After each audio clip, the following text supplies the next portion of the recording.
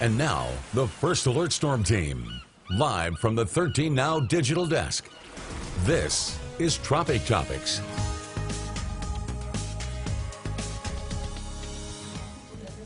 Welcome and thanks for joining us on our third episode of Tropic Topics, and I am here, of course. I am Ross Whitley. I'm the Chief Meteorologist at WMVB, and we have our morning meteorologist as well, Kristen Kennedy, joining us today, and we are going to be breaking down the basics. I wanted to call this week's episode the basics, like it's so basic. That's what I wanted to do. It's all cool kids are saying these days. Right, yeah, because we've all called someone basic before. Yes. And for you guys out there that are not pop culture referenced, that just means that you're plain. You're basic. Yeah, you're just normal. And I see that we have already lost viewers because of my commentary to start off this. So really what we wanted to do is give you the tools, the background, some information on what we look at when we're trying to break down the tropics, and the information that can help you not only decipher what we're talking about, but also if you're looking around the interweb out there and you see or hear something and you don't understand what it is, maybe this week's episode will help you. Also, we do have a couple of tropical waves we are watching, so we have that as well. So we're going to jump right on into it, but well, actually, before we do that, one more second, I'm going to do a little reprieve. I want to give a little round of applause to Kristen and Grace. I did a fantastic job last week in my absence, and obviously with Claudette affecting the area, they were here doing tornado coverage. What you didn't see is that they slept at the station for 24 hours, so they definitely deserve a round of applause for that. So Spencer, you're missing the opportunity to do a little applause. So there we go. There's the soundtrack with the... I was laughing. Yeah, maybe that's what we're doing. Okay, so now we will jump into it. No more stalling. Let's go to the water vapor. That's what we've got up here. The blues representing moist air, the browns representing dry air, and there are a couple of features to note. We're going to get a little more in-depth into those as we go further on. But overall, you'll notice across our area, kind of that stalled boundary that has been plaguing us the last several days, bringing us all of the moisture that is still hanging out right to our south. And that means more showers and thunderstorms. So those of you that would like to go lay on the beach and, you know, get some sun, like Kristen over there, sorry, we still got more showers and storms to deal with. We do have some sunshine out there, and thankfully things have settled down, at least as far as the wind goes, so we are starting to see our surf calm down as well. So that's good news. There's a weak tropical wave in the Caribbean. We got a TUTT in the middle of the Atlantic. We're going to talk about that, and then we've got also another wave just off to the east of the Antilles there, the greater and lesser. So take it away, Kristen. So this is a look at our enhanced satellite, and it's basically just showing us anything and everything that's going on as we take a look into the Atlantic, the Gulf of Mexico, and the Caribbean.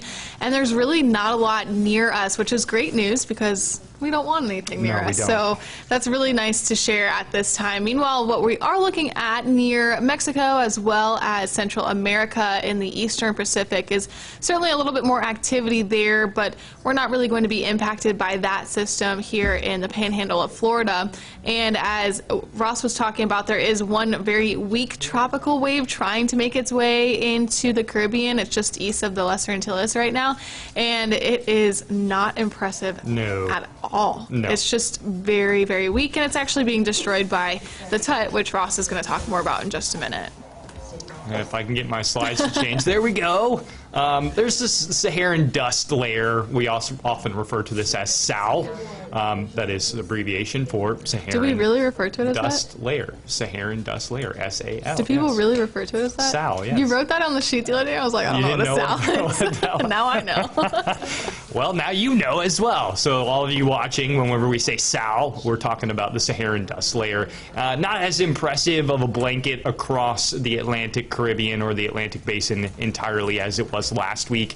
If you remember back to last week, as Claudette was making its way to the coastline, or I should say as PTC3 was making its way to the coastline, because it wasn't named until it was actually on shore.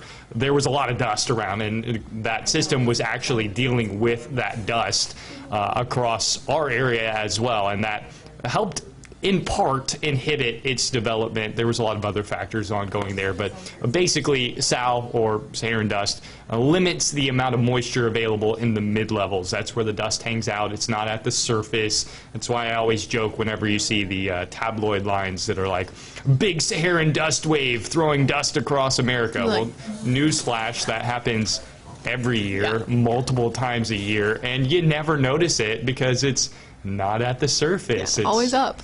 in the upper atmosphere, which is why it travels across the Atlantic, because if it was at the surface, it would just float right down to the ocean. Yeah, it would be stuck. That would be it. So anyways, that is it for the dust. Not that impressive, but it is doing something for us, and we'll talk more about that in a minute as well. We also have our Gulf waters, which are slowly warming.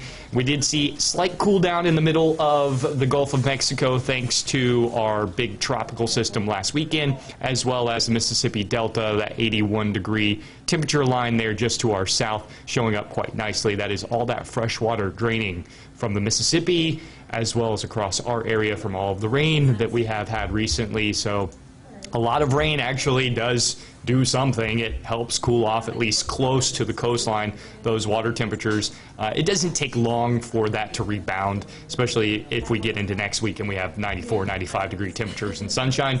These temperatures will skyrocket very, very quickly. So something to watch water temperature-wise, but more or less it's just something to monitor, especially before storms develop, not something to focus on all that entirely. We have met the threshold for tropical stuff to develop with the temperature rising above 80 degrees Fahrenheit. So that leads us into this. Yeah, I was going to say that's exactly why our hurricane intensity forecast here is showing a lot more reds than, I believe we talked about this maybe in the first episode. So a good couple of weeks ago, we weren't really seeing much of a higher chance to see any development in the Gulf because our temperatures in the Gulf were not at 80 degrees or higher. Now that they are, that's usually the threshold where we start to see more development and a better sustainable environment for those tropical disturbances to come through. So as we advance this and show you maybe through the weekend and into parts of next week, you'll notice that we're going to see more red along the coastline. Typical of what we should be experiencing this time of year is that the Gulf does warm up, and those coastlines are kind of our hot spots to see maybe any kind of intensity for a tropical system to form in those locations. But it's not just the Gulf, it's even the Caribbean Sea that's also warming up significantly, and we're still looking out into maybe say the Atlantic, which doesn't look too significant right now, but we are still pretty early in the Atlantic hurricane season. So anything that kind of forms in June as well as July typically is going to be a Gulf system, or anything more of a wave that does push in towards the Gulf has a better chance to intensify across the Gulf as well as the Caribbean and those major coastlines, typically just because that's where the warmer water's lying for this time of year. Yep, it's all about water temperature and shear and dry air. So how much dry air do you have, how much shear is present, and what's the water temperature? So the Atlantic is still floating around that 80-degree mark, mainly only around the equator and maybe up to about 10 degrees north. So there's not a whole lot of warm water to work with out there at the moment. We have plenty of dry air, as mentioned, with the dust. And then the other big factor here is shear, and this one's certainly taking the brunt of that. Yeah, wind shear, it's usually directionally or across a column of the atmosphere, and that's why we've watched our tropical waves that have been out there the past couple of days really just get ripped apart because they're moving into a high wind shear environment.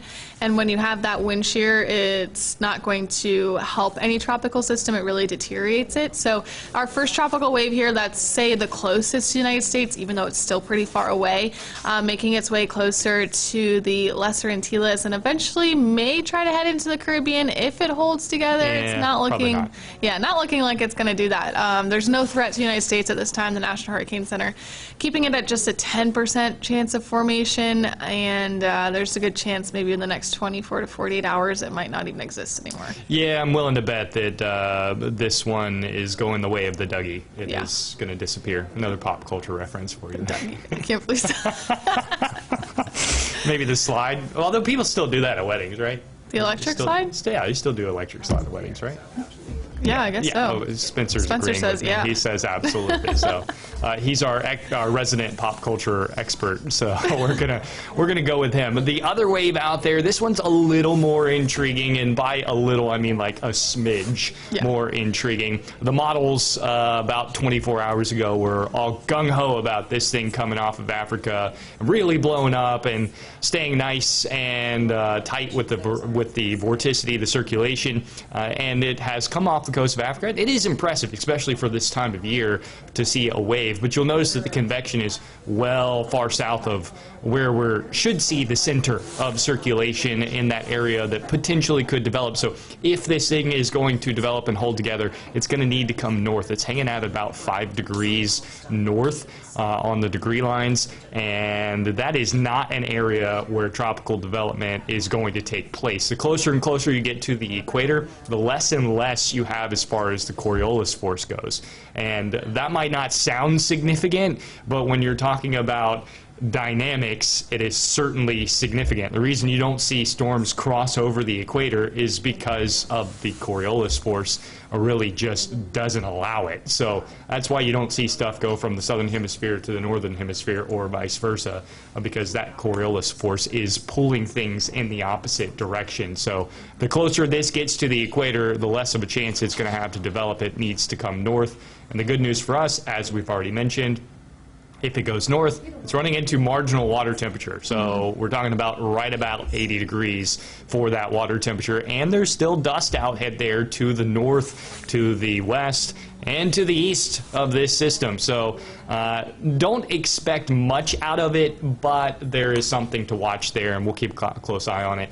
It's got 10 to 15 days before it's even remotely close to the U.S., so we got plenty of time to watch it and see if it develops. If it does develop, then we can watch it a little more intently. Until then, we've got other things. So this is what our show is named after. It is the basics. We're getting away from the analysis of what's going on out there. That's it. That's all. Everything. If you just wanted to know what was going on in the Atlantic, you can just click off. Don't do that. But like, stay on, because what we're going to tell you is important anyways. Yes, these are the tools. These are things that you may not know. And certainly this one is a tongue twister, and as we were divvying up this show, Kristen decided that I was going to take all of the tongue twisters and she was going to do the ones that were easily pronounced. So this is a tropical upper tropospheric trough. Yeah, say that 5 times fast. Basically what that means is we are looking way up in the atmosphere, and you'll notice that nice little ball, the bowling ball, that's sitting there just to the east of the trough in the mid-Atlantic. And this is actually an area of low pressure that is sustained by high pressure. I know that sounds like a hyperbole. It sounds like an oxymoron, something that shouldn't happen. But actually what's going on is there is the equal and opposite relationship to everything. It's not just when we're talking about dynamics in general, you know, Newton's third law, there's an equal and opposite reaction. You get For every action, there's an equal right. opposite You got it. reaction. She's got the 401 that there. burned into my brain. That's all right. those classes. Obviously, just like the ideal gas law. So basically, what we're going in here is we're talking about the atmosphere. The atmosphere is layered, so it is not this like what we think about when you're looking at the globe. There are layers and layers and layers of the atmosphere, and what we're looking at in the mid-Atlantic is actually this. So there is a ridge, and the reason we refer to it as a ridge is because when you look at the layers, that's what you get. You get a ridge. And when we're looking at a trough, that's what you get. You get a trough. So where there is a ridge at the surface, there is a low pressure aloft. So opposite, equal and opposite reactions. Now obviously the whole layer can't be a ridge, because if it was, then you would just have a massive, massive ridge, and in that case you would probably be talking about scorching heat, which is part of what's going on in the West. But as we go into the Atlantic, and specifically talking about our TUTT here, that ridge that is at the surface, that is our subtropical ridge, it is also being sustained by a trough. So the lower heights at the upper levels of the atmosphere is where that low is. So the low is sitting right in the middle of my piece of paper there across the Atlantic, and that's what sustains this. The good news with TUTTs, these are actually things you want to see in the Atlantic if you don't like tropical weather. So the reason that our wave that Kristen talked about earlier, sitting there near the Antilles, is being ripped to shreds, is because of our TUTT here. These create a whole lot of vertical wind shear. So not directional wind shear, they're not at the surface, remember they're aloft. So we talk about vertical wind shear, going back to my piece of paper here, you think about a column of air that is like this, and vertical wind shear takes that column of air and goes whoop,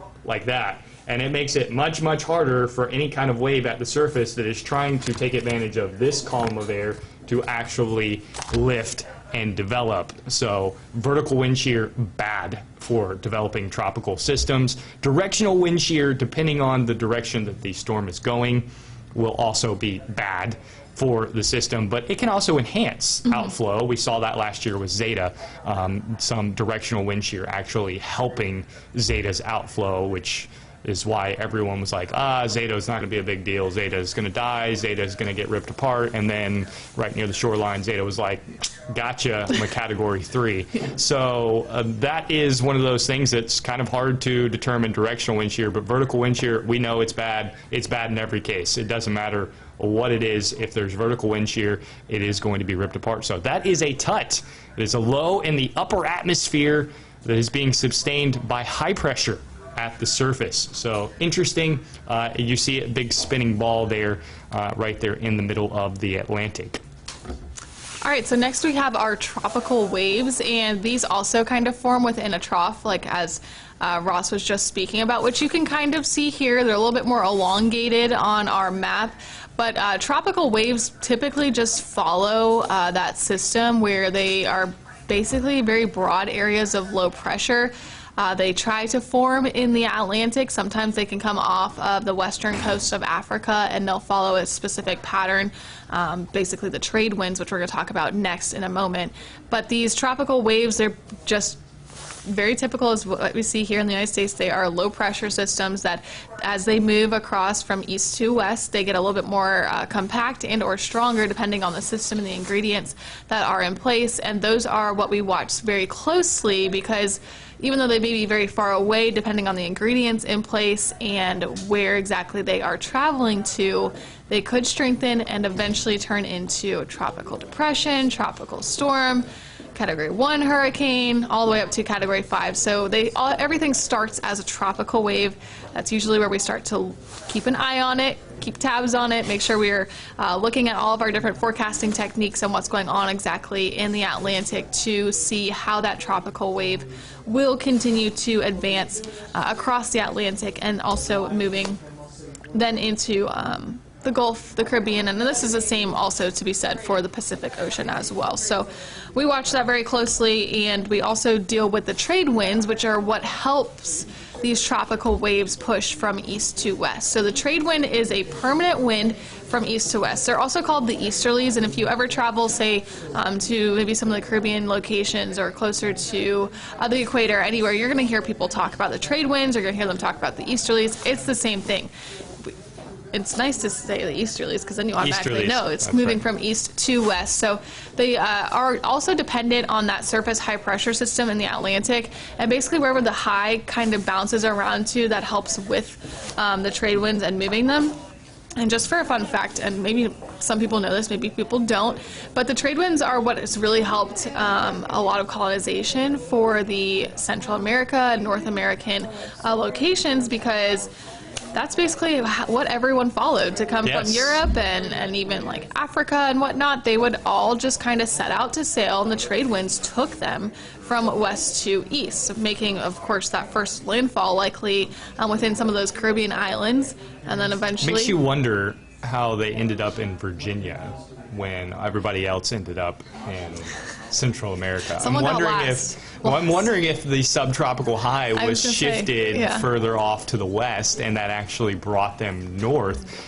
Because we talk a lot about the subtropical high because it's very important. Those trade winds control the steering patterns for our storms. And most of the time, as you can tell if you look real closely at the Gulf of Mexico, you'll notice that there's the outer periphery of that subtropical high draped across our region. Even though we have a trough in place, we're talking about that subtropical high still being the reason for steering stuff into our area, and that periphery is what controls it. Last year, the subtropical high was relatively strong, a little bit further or a little closer to the Bahamas than versus Bermuda, and that kept everything much further west in the Gulf of Mexico. So unfortunately for Louisiana, that took everything right to Louisiana. Fortunately for us, that kept everything just scooting right on by, staying off to our west, was that stronger ridge.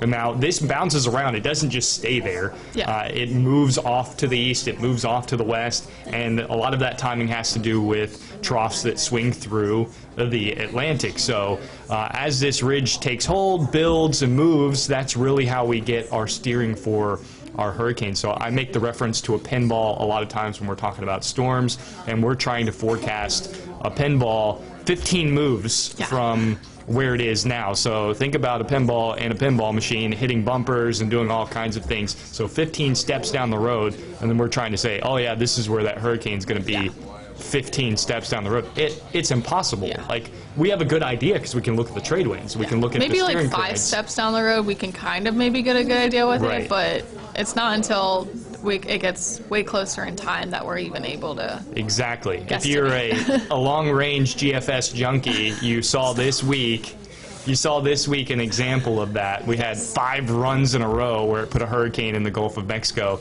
We've now had 4 runs in a row where there's literally nothing coming out of the GFS in the long range. So that is part of that equation. It's, you know, you take one thing and you change it, or it misses one bumper on the pinball machine and it completely changes the outcome of what is to happen. So the further time step you go, the greater things change. Now the other thing, the last thing we're going to cover here in breaking down the basics is the Intertropical Convergence Zone. Is the second tongue twister of the day. It is also shortened to the ITCZ, which is much easier to pronounce than Intertropical Convergence Zone. But you sound a lot smarter when you say Intertropical Convergence Zone. Yeah. If you want to impress your friends and family at the dinner table tonight, you say, yes, you go, you sit down and you say, hey mom, hey dad, or you know, brother, sister, whatever, or boyfriend, girlfriend, wife, husband. Even your dog. Even your dog, yes. Why don't you ask your dog or cat about the Intertropical Convergence Zone? What's going on in the ITCZ today? And they will look at you with a very weird face. What is that? So nerding out here, this is basically the area where the trade winds collide, and basically what we're talking about is the middle section of the Earth. Now this isn't the equator, because this actually bounces back and forth on the north side and the south side of the equator. It's specifically where the winds do collide, and you'll notice that it is a band that goes all the way around the world. For us, the most important aspect of this, obviously the zone coming off of the coast of Africa. This is where the majority of our tropical waves happen. Now, you do see that ITCZ does go to the northern tip of South America as well. We can get tropical waves to come off of that part of South America as well. That does happen. And obviously that influences whenever we have a gyre as well develop that can start to pull some of that energy from South America northward in the Caribbean. So all of those factors do come in, but specifically for us, most of the Atlantic season is concentrated on what we refer to as the MDR, the main development region, and that is just to the north of the ITCZ off the coast of the Africa. We call it Cape Verde season, or the Azores, whatever you want to. I don't know what they call those islands anymore. They keep changing the name. They're the islands off of the coast of Africa. So I don't know what the names are. I thought it was Azores. I thought it was the Azores too, but last I heard it was like Cape Verde. Like there's like Cape Verde season. I'm like, okay, well, West Africa. Yeah, West Africa. And if Grace is watching, we're watching West Africa. Yes, we are. Grace isn't here with us, obviously, this week. She has the week off, rightfully deserved so, and Kristen's going to take some time at some point in time in the future as well. She's earned some time, too. So let's see here. I think I haven't seen much in the way of questions, so if you do have questions, remember when you're watching these shows, just put them in the comment section of wherever you're watching, whether it be on the WMBB Facebook page, on my Facebook page, Kristen's Facebook page, or for Grace's Facebook page. I'm looking at mine because I didn't see any questions on the WMBB Facebook page. And I don't see any questions on mine either. So either we're doing a really good job at explaining things, or they're sitting at home and they're like, I don't even know what I don't know. Right. Or they're sitting at home and they're going, what?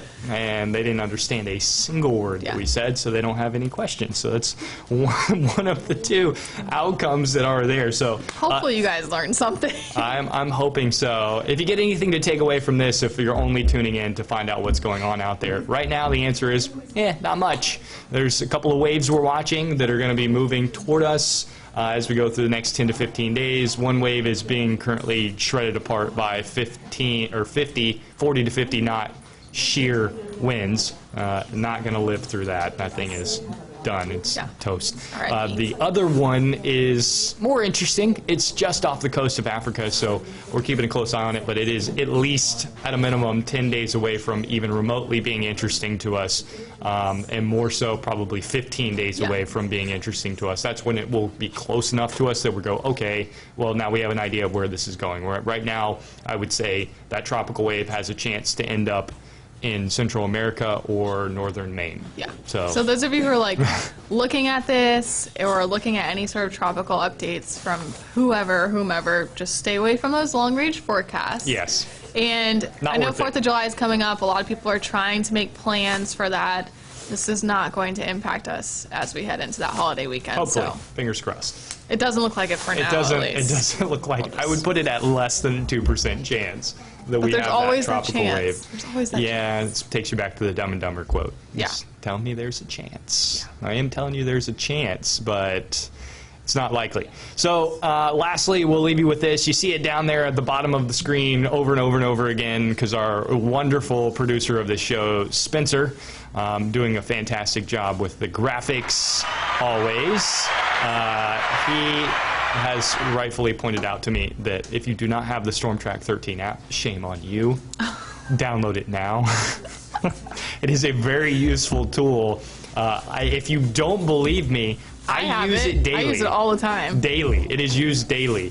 And more so that I use it to pinpoint specific locations across our area, all the way from Jay, Florida. If you don't know where that is, that's to the north of Pensacola. I have that marked as a location for when storms are entering that area, because typically we get storms from west to east. Storms are entering that area. That alerts me. It lets me know, okay, now I got to start paying attention to that. It's kind of my alarm clock at 2 o'clock in the morning when Kristen's on air, and I'm like, oh, there's storms entering Jay, Florida. I like it. I need to check. And the lightning. It tells you when there's lightning within 15 miles of you, which is fabulous, especially with so many outdoor activities that people are trying to plan. You definitely want to have that on standby. Yes, it is absolutely awesome with the lightning, especially if you're going to the beach, doing any outdoor activities, going to float down the rivers, going to the springs, going anywhere outside, outdoors, any of that kind of stuff, then it is great, because if it's within 15 miles, that means it's close enough for you to be struck.